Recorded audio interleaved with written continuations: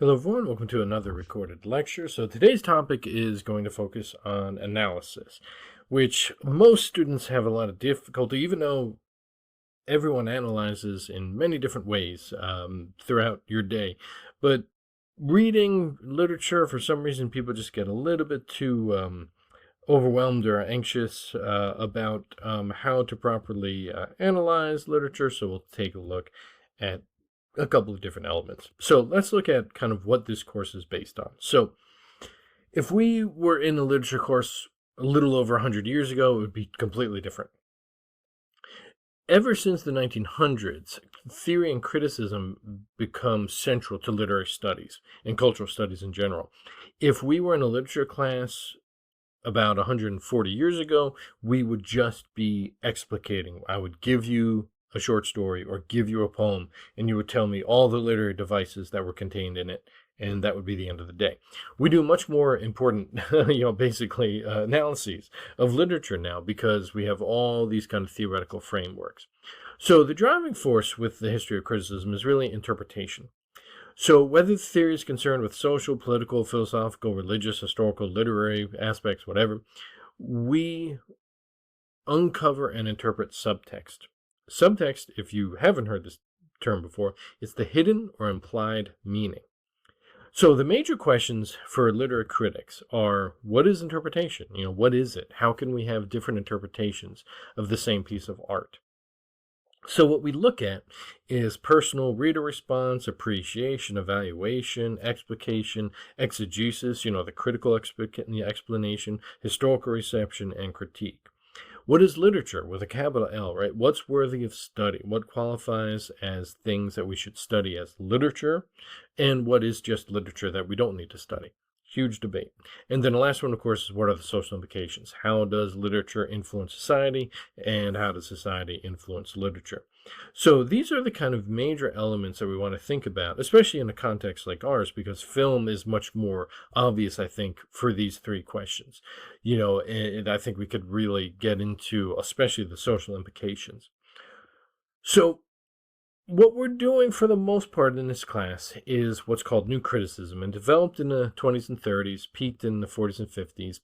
And to an extent, we're following this model. We're not following it entirely, but it comes from a 1941 book, The New Criticism, from John Crowe Ransom. He coined the term, which was called formalism before. And the major premise is that literature functions as a self-contained, self-referential aesthetic object. So, what new critics did was they used close reading to focus on the text of a literary work, excluding from their analysis any consideration of reader response, author's intention and biography, historical and cultural context, and moralistic biases. What they tried to argue is that real art should function, going back to this major premise, as a self-contained object. So, it doesn't matter who created it.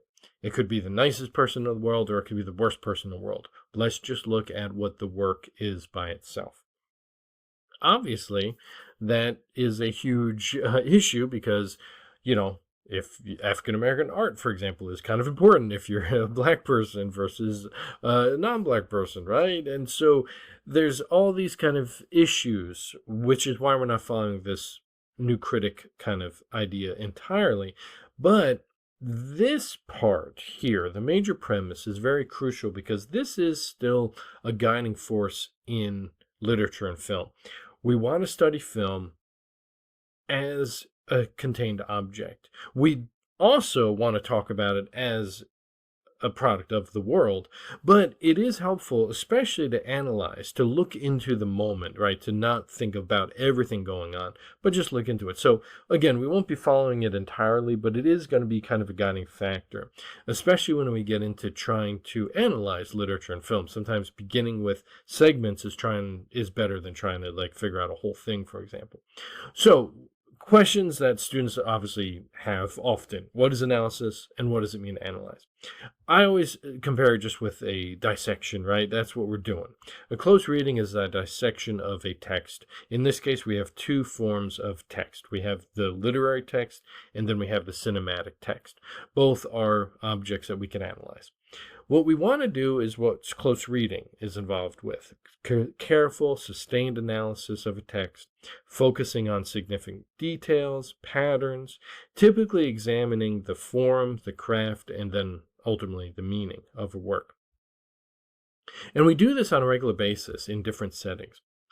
But here are questions that are helpful for literature and film. So a close reading analysis answers such questions as, what's the theme, the main idea? And we'll go into a specific lecture about theme to clarify oftentimes misinterpretations of themes, but what's the main idea of the work? What's the tone? What's the genre? What's the larger context? What are the cultural messages? What are the cultural assumptions? And then, of course, how's it driven? Is it driven by emotion, intellect, narrative, and so on? So these 7 questions are very crucial to really think about, okay, I could talk about tone, I could talk about theme, I could talk about genre, I could talk about the larger context, I could get more involved and talk about the cultural messages and cultural assumptions, and I could talk about the intellectual versus emotional narration, right? How is the story told? Is it trying to inspire me? Is it trying to provoke me? What is it trying to do? So these kind of questions should help you figure out what you want. Now, the easiest way to prove that you are already smart and geniuses when it comes to analysis is sports. Because every sports fan, even if you're a lukewarm watcher, you're making analytical judgments. So, for example, I'm going to play this clip. So let's pretend we were a referee. All right, we have our player stepping on the other player once, and now we get a second spot. And we have our player react to it. So what are you going to do?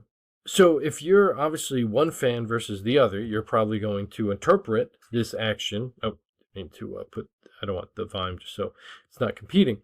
But so we're going to be guided by our biases, but we have to determine, did this player intentionally step, especially the second time, on this other player?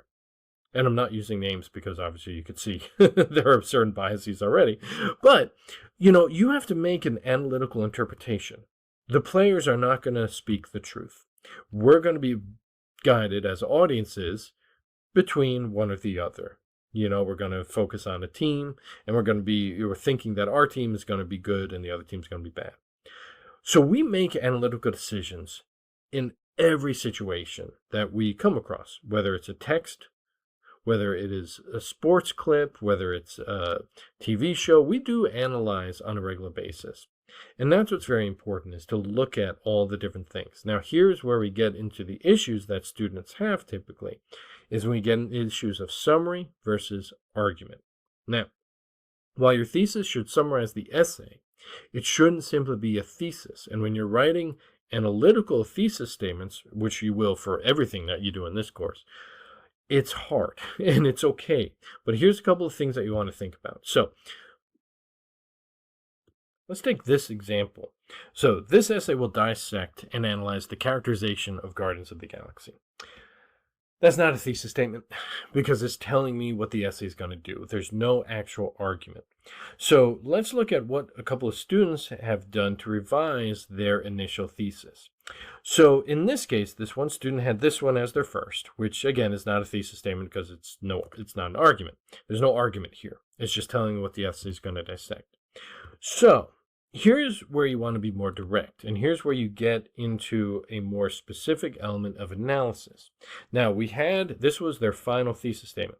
Throughout the Guardians of the Galaxy films, Rocket has the most significant character growth, changing from a wisecracking comic relief to a symbol of unethical scientific experiments. This is an analytical essay. Notice, we're not evaluating here. The student is not telling me that Rocket is a good character or bad character. What we have to prove now is that this part, that the character of Rocket had the most significant growth out of all the other characters throughout this film franchise. It goes even further because now we have to focus on the change that Rocket went through from a wisecracking comic relief to a symbol of unethical experiments. Perfect analytical thesis statement. This is where we want to get to when we're writing our homework as well as our essays. We want to keep this in mind, that we want to assert our interpretation, and we want to not just tell us what we're going to do, but actually make a good, specific, analytical argument. We could debate this. This is very debatable. Very interesting. Again, we'll look at a couple of different elements too, but this is what's very crucial when you think about why students struggle sometimes with analysis, and it's because we always are kind of stuck on a summary level rather than analytical. Okay. Okay, something happened there. Okay, so, all right, here we go. So, another issue that students often have is that first person use. And a lot of times, professors haven't really told you exactly why it's not helpful. And this is another issue that we get into with students not kind of grappling analysis as well as summary or evaluation. So in academic essays, we want to be careful of how we use that first person. So here's an acceptable way, but it's not great. Saying this is coming from a student. So in this paper, I hope to show that Ian, Malcolm, and Dr. Rand are foil character pairs that help convey the theme that science is helpful when it's based on logic. Okay, so it's acceptable. This part isn't particularly an argument, but at least this part is, it's okay. This is a C thesis. Here's a bad thesis. I believe that Ian Malcolm and Dr. Grant are foil characters that help convey the theme that science is helpful when it's based on logic. Why is it bad? Well, it's because of a couple of different things, like I believe, or when you say I personally think. These are really, really bad because I can't argue beliefs. I could argue opinions, but I cannot argue beliefs or thoughts or feelings. I can't argue them. If you believe this, well, that's your belief. If you think this, well, that's your thought. That's not an opinion. So this is why we want to shy away from that first person, because it's always indirect. It's not as argumentative as it should be or could be. And so all we need to do a lot of times is delete that first person, and then we get a good thesis. Here, Ian Malcolm and Dr. Rand are foil characters that help convey the theme that science is helpful when it's based on logic. Good, clear thesis statement. So just to reiterate, thesis 1 and 4, the author will try to prove a point. Again, I don't necessarily like this phrasing, but at least sometimes students can use this phrase to help them build an argument and then eventually get rid of it.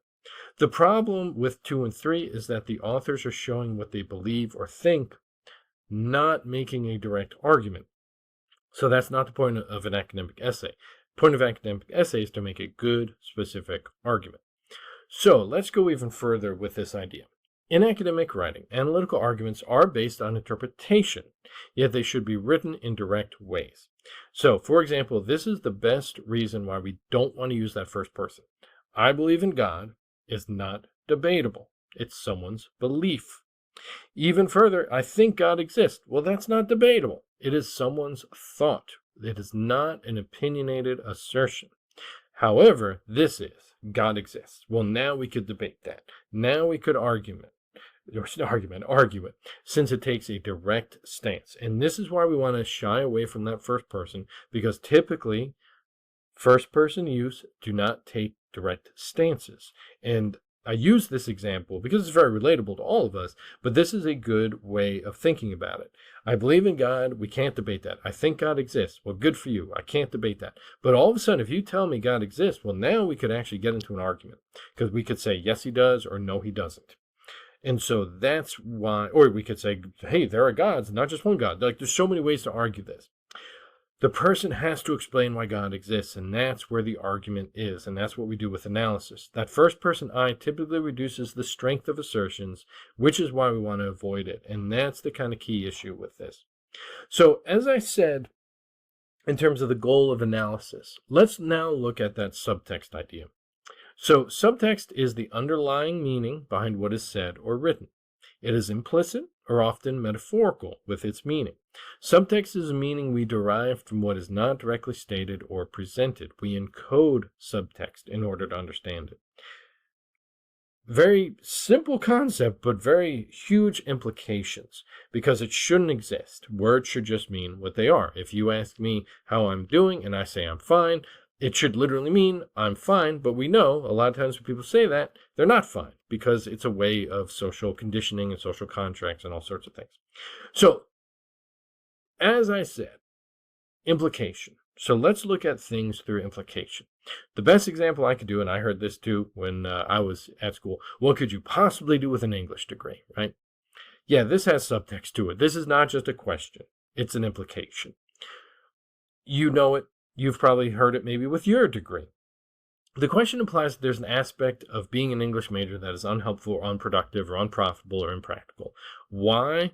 What's the key word? And you probably know it. Possibly. If you take it out, what could you do with an English degree? A little bit different. But once you add that, here's where the subtext comes in. And here's where, and this is very crucial, when we study neurodivergent students, and when you study neurodivergent people, subtext is harder for people to grasp if they're neurodivergent. And this is a very important element when we're in a class like this, because we have to rely on the ability to understand subtext. And it's very crucial that certain people who have neurodivergence have struggled to understand subtext. So it's very important that we kind of really reinforce that this is a way to communicate. It's annoying in a lot of ways and for a lot of people, but we do communicate through subtext on a regular basis. And this is just one example of how we do that. Now, another example I'll give you, not a great movie, but The War of the Worlds remake. So there's a conversation between Ray, who's the father, and then Rachel, who's the young daughter. Ray says, "Here we go, some nice peanut butter sandwiches." Rachel looks at him, spreading the sandwiches, obviously masking frustration. Rachel says, "I'm allergic to peanut butter." Ray is surprised. He continues to spread the butter. He asks, "Since when?" And there's a small pause, what we call a beat, and then birth. So there's a lot of subtext going on here. The initial thing is Ray's a terrible father, but he's trying, right? They're in a terrible situation. Aliens are attacking the world. He's trying to protect his son and daughter. But we know that he's a terrible father because, he should understand that if she was born with an allergy, he should remember that and know it. But we can determine the subtext by inferring that a good father would know his daughter's allergies, especially when they occurred at birth. And so there's a lot of subtext. We could see that he's trying to, feed them during this whole alien invasion. But he could actually have killed her. if let's say she was knocked out, unconscious, or couldn't speak, he could have killed her in this situation. Here's where subtext matters. And here's the difference between bad writing and generally good writing. We could have a line where Rachel would be like, "I hate you, Dad. You were never there for me," blah, blah, blah. But we don't get that because good writing oftentimes relies on subtext. Now here, his lack of knowledge concerning this fact weakens his position as a father and authority figure, and we know it. And that's the key issue. Subtext is also excellently represented visually. This is the same novel, Adventures of Huckleberry Finn, and we have 3 different covers for the same exact novel. Why? Well, subtext. Think about the audiences for here. Who's going to read a book like this? Who's going to read a book like this? Who's going to read a book like this? We have a lot of different subtexts. Using this, we could determine, this is what we would study in college, right? This is for like the literature people. This is more for kids, right, who want to have a good time, right? The kids are highlighted. They're having an adventure. This minimalist is more for teenagers. Look at the crossroads. A lot of us as teenagers always feel like we're split, right? We have to make choices as teens a lot. And this is kind of a representation of how a lot of teens feel. We're always torn between one thing and another. And so we get these kind of subtext based on the visual components of just these covers. And they're interesting when we look at these kind of differences. So another element to remember is that we're not talking about subliminal messages. Subtext and subliminal are totally different concepts, not the same thing. So subliminal messages, again, just so we're not confused with the term, because I've seen a few students in the past get confused by these terms. We're never talking about subliminal, right? Subliminal stimuli or subliminal messages are attempts to affect people's emotions and minds without them realizing the manipulation. So, for example, net cost food chains, pump aromas of milk chocolate, fresh baked bread, other scents to stimulate hunger. Abercrombie and Fitch was notorious for having people spray the fierce cologne to boost sales. Most subliminal experiments have been faked, and scientists don't consider this form of manipulation successful. There's a really good article on it in Business Insider if you want to learn more about subliminal messaging, but it's not what we're talking about. Subliminal is, you're supposed to be unaware. Subtext is, again, underlying meaning, hidden meaning, but is not undetectable, and that's the kind of key issue. Context is, of course, the larger ideas, right? In order to interpret and analyze completely, we should consider context. So, anything beyond the specific words of literate text that may be relevant to understanding meaning. It could be the economic context, the social context, the political, the cultural, the historical, the biographical, the literary, the religious, so on and so on and so on. And if you understand this joke, you understand context. Context is crucial because it does affect how we feel about a work. If a work is written today versus 100 years ago, the context is going to affect how we interpret the work. So context is also important, but this one is the visible. This one is not hidden. We know the context of situations. So another important concept to consider is that an author may be wrong, and it seems contradictory because they're the one who wrote it, but it is also crucial to think that the author is not the ultimate authority, that the text is the ultimate thing that we want to look at. The author is human. An author is guided by personal prejudices, cultural biases, traditional or contemporary beliefs. If you're interested, Roland Barthes' The Death of the Author really tackles this issue of why we shouldn't be obsessed with the author as much as certain people are. I use this example because you're going to laugh and probably get weirded out by this example, but it's a perfect example. The PR designer just wasn't thinking about the implications. And again, I use this because of context versus a lot of other things. So we have this. No matter who's your Valentine, surprise them with tickets to the game. 2 tickets for $25, Illinois versus Penn State, and so on and so on and so on. Well, this caused a huge controversy on Illinois' campus, and it was taken down immediately. These posters were printed and emailed and all sorts of things, and every student was going crazy. Why? Because of subtext. Because whoever created this was an idiot. First off, we get context. So if you know anything about Penn State, about the sexual abuse that happened, well, that's going to trigger a few people. Just the image itself, if you don't know, it's kind of weird. And the fact that it's Valentine's and we have a heart next to a shirtless boy and a screaming man, right? So the context is it's a picture of Coach Grouchy and his son taking after a victory of Indiana. Perfectly innocent picture, but now it's not innocent because of the stupid lack of consideration on the part of the PR manager. And this is the problem. People are dumb. Humans are stupid. You know this. Humans are dumb, right? People are stupid and annoying. And this is the problem, is even authors, even if they're famous authors, hey, guess what? They could still be guided by a lot of things. I also use this as an example of probably reading into too much. A lot of people were super analytical with this. We're like, oh my God, History Channel's thinking that, Obama's Satan and all this, and people ran with it. There were a lot of people who thought of it. History Channel denied this connection, but here's where, sometimes we can analyze too much. It's a coincidence. It's not deeper meaning, but it is funny that people saw it, and it is there. And you know what? I'm not going to say that people are wrong, but the History Channel didn't mean for this connection to happen, but this connection was made, and guess what? Now, History Channel can't control it. If you're interpreting this in this way, that's a funny interpretation. Same thing with this one. This is a great one of subtext where a lot of people interpreted this image as, notice how they put the M here to make it look like devil horns, and people ran with it. And again, Time said no, it was just a coincidence, but here we are. And again, it's funny. Is it a coincidence? Is it planned? We don't know because Time, like History Channel, won't say what the truth was, obviously.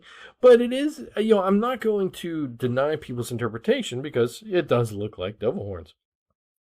So and again, here's the power of subtext, is even when people don't intend for it to happen, guess what? Meaning does happen. So it's a fun kind of idea when we look at all the different meanings.